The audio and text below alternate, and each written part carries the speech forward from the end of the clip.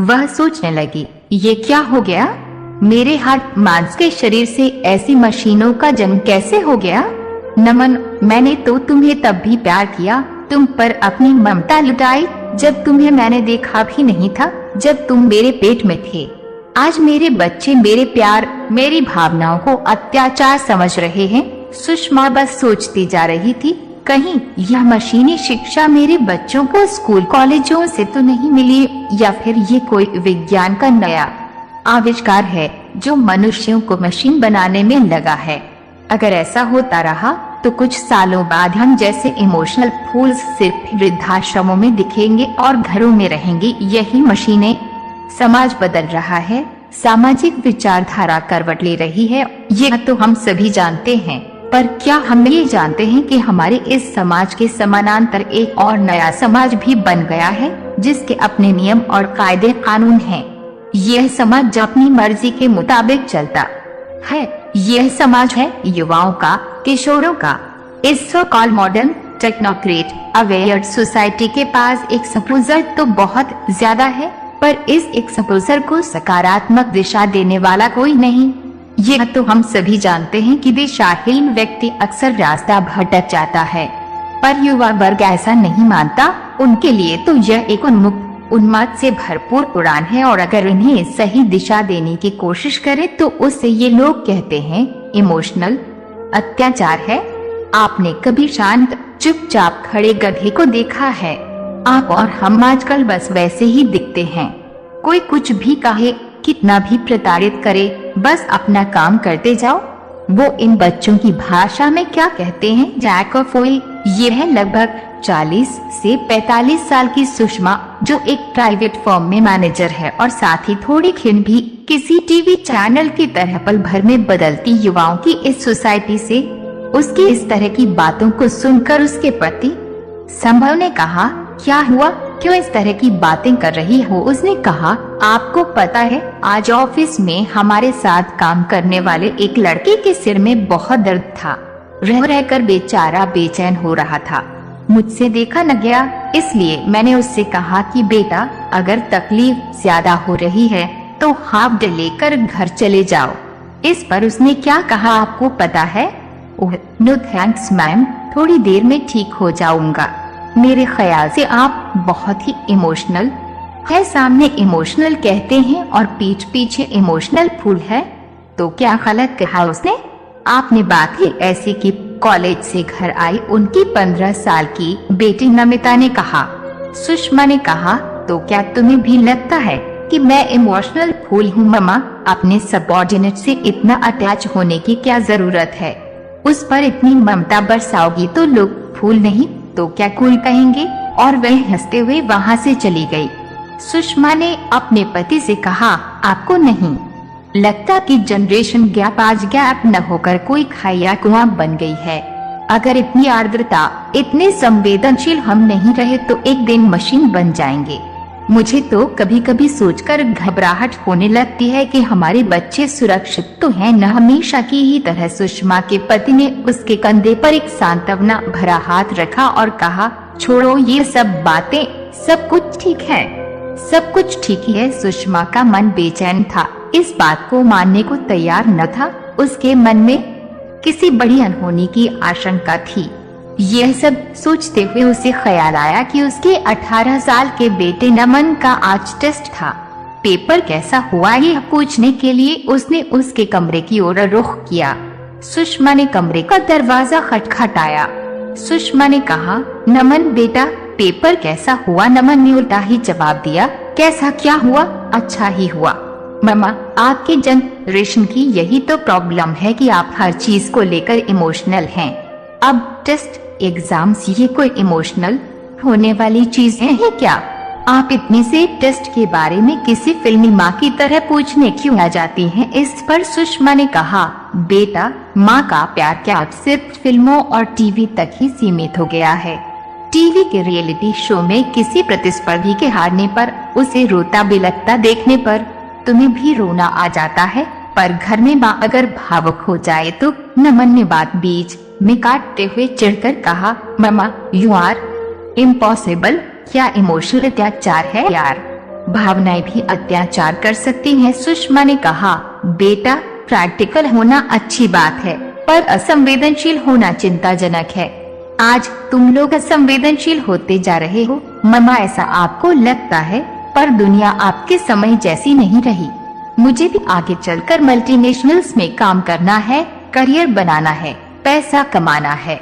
अगर मैं आप लोगों की तरह रोते धोते बैठ गया तो प्रतियोगिता से बाहर हो जाऊंगा, नमन ने जवाब दिया। सुषमा ने कहा, मैं जानती हूँ बेटा और समझ भी सकती हूँ, पर हमें अपने उन गुण धर्मों को तो सहज कर रखना चाहिए जो हमें जानवरों से अलग करते हैं। नमन ने कहा, मम्मा, आपकी जनरेशन न हमारे प्रॉब्लम समझ सकती है और न ही समझने की कोशिश करती है। आप लोग क्यों चाहते हैं कि आपकी चीजों को हम आज अपने कंधों पर ढोएं? इमोशनल फूल्स, जो शब्द आज तक सुषमा ने पीठ पीछे सुना था, आज उसी शब्द को मुंह पर भी सुन लिया। सुषमा सकते में थी।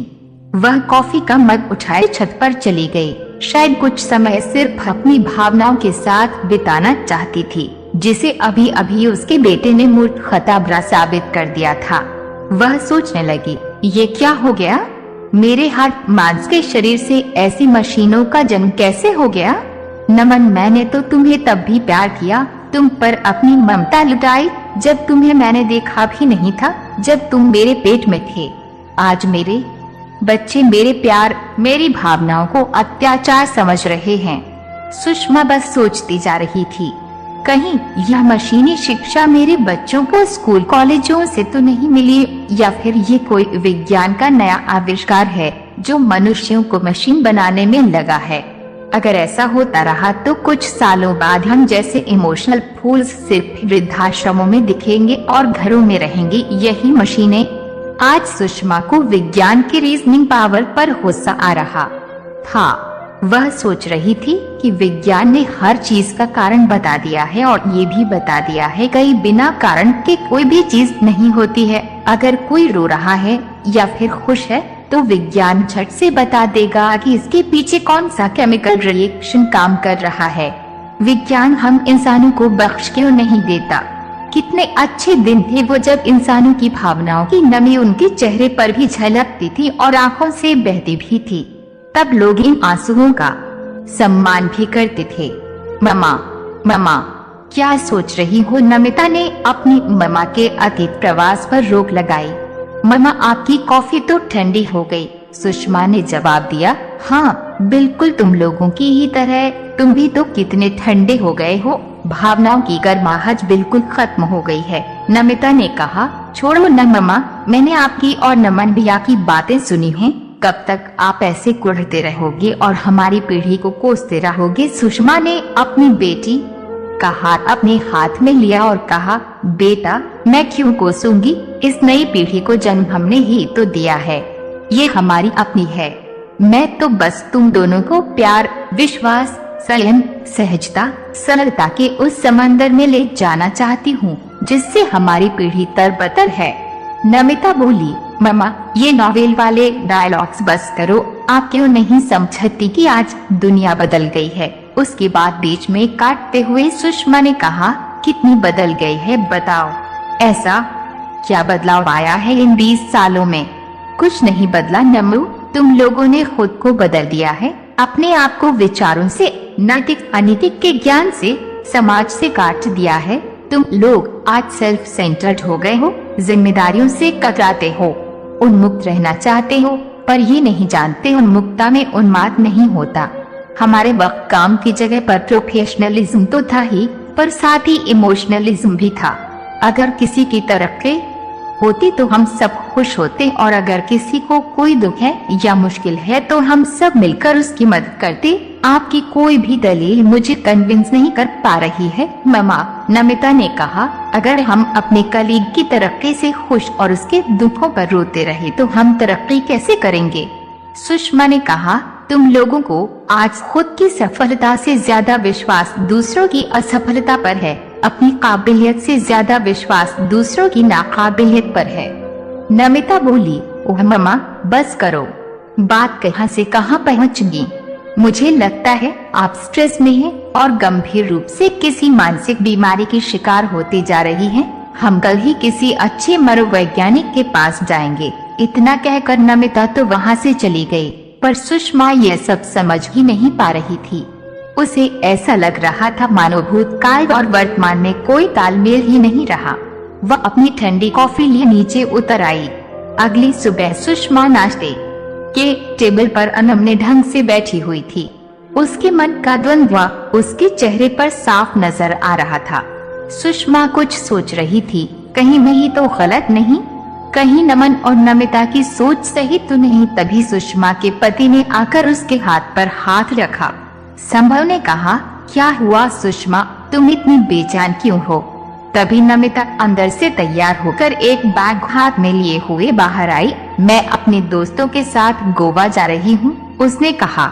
सुषमा ने पूछा, कौन दोस्त? नमिता ने जवाब दिया, मम्मा प्लीज आप इन सब से दूर रहें। पापा, मैं 2 दिन में लौट आऊंगी और मम्मा आते ही हमें डॉक्टर के पास जाना है, याद है न? सुषमा को संभव ने समझाया, मैं तुम्हारी स्थिति समझ रहा हूँ, सब ठीक हो जाएगा। बच्चे बस थोड़ी स्वतंत्रता चाहते हैं और वे उन्हें हमें देनी चाहिए।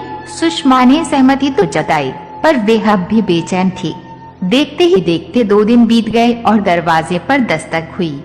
सुषमा दौड़ती हुई दरवाजा खोलने पहुंची। दरवाजे पर नमिता खड़ी थी। सुषमा ने उसे गले लगाया और कहा, तू ठीक है न? मैं बहुत खुश हूँ कि तू ठीक ठाक घर वापस आ गई। नमिता ने कहा, मम्मा आप तो ऐसे खुश हो रही हैं जैसे मैं कारगिल की लड़ाई से जिंदा वापस लौटी हूँ।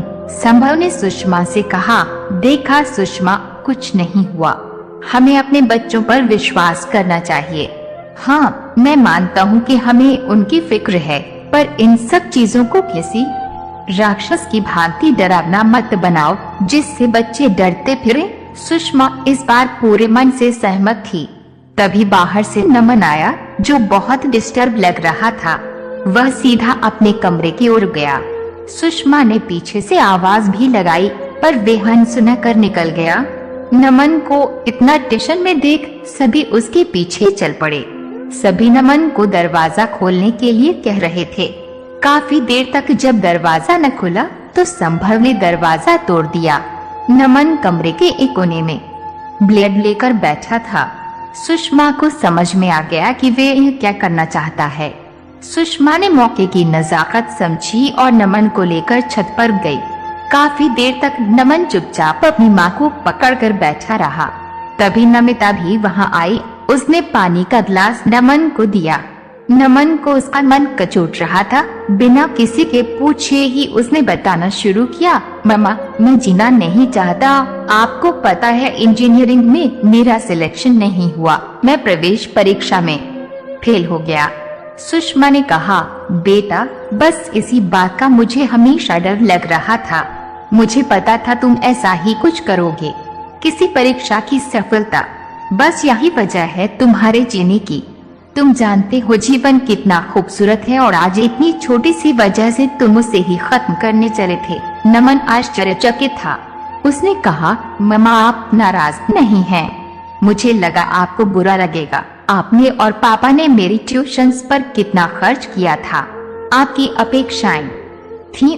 सुषमा ने बात काटते हुए कहा, बेटा अपेक्षाएं नहीं, उम्मीदें थी, जो अगर इस बार पूरी नहीं हुई तो अगली बार हो जाएंगी। इसलिए मैं कहती हूँ कि तुम लोग असंवेदनशील हो और इसलिए अविवेकी, अविचारी हो, या फिर कठोर दिखने का होने का नाटक करते हो ताकि बाहर की प्रतियोगिता में निर्ममता से पेश आ सको। बेटा बस अब रुक जाओ। खुद की भावनाओं और मानसिकता से इस तरह मत खेलो। भावुकता किसी भी सामान्य व्यक्ति की स्वस्थ मानसिकता की दरकार है। अपनी भावनाओं को खुले दिल से व्यक्त करने में कोई शर्म नहीं होनी चाहिए। जितनी अच्छी तरह तुम अपनी भावनाओं को व्यक्त करोगे उतने ही अंदर से मजबूत हो जाओगे। आज तुम जैसे नहीं हो वैसा होने का अभिनय करते हो। अपनी भावनाओं को अपनी ताकत बनाओ, उन्हें सुदृढ़ बनाओ। भावनाओं को दबाओ मत, उन्हें नियंत्रित करो। इससे तुम्हारी इच्छा शक्ति मजबूत होगी। हमसे बात करो, अपनी समस्याओं पर हमसे चर्चा करो। ताकि तुम्हारे भीतर भावनाओं का गुबार न बन जाए, ताकि तुम इसके आगे कभी कोई अविचारी निर्णय न लो। सुषमा ने बात आगे बढ़ाते हुए कहा, बेटा तुम्हें हर वक्त ये याद होना चाहिए कि तुम्हारे साथ आज हम जुड़े हुए हैं। तुम्हारे जीवन पर सिर्फ तुम्हारा अधिकार नहीं है। सबसे पहले खुद की भावनाओं का सम्मान करना सीखो, तभी दूसरों की भी भावनाओं का सम्मान कर पाओगे। समाज में सामाजिक होकर विचरने में समझदारी है। जब जब समाज को इमोशनल फूल कहकर कदम बाहर रखोगे, विसंगतियां और विभत्सता बढ़ती हुई नजर आएगी। हम अगर एक दूसरे का हाथ थाम विश्वास के साथ आगे बढ़ें, तो कभी भी खुद को कमजोर नहीं पाएंगे। भावनाओं से डरो मत, उन्हें संतुलित रखो। सुषमा ने देखा नमन उसकी गोद में सो चुका था, पर कल के सूर्योदय को लेकर वे काफी उत्साहित थी। उसने तय किया है कि अगर नमन 2 कदम पीछे आने को तैयार है, तो वह भी जरूर 2 कदम आगे बढ़ाएगी और अपने भीतर का प्रेम और विश्वास बच्चों के भीतर भी जगाएगी।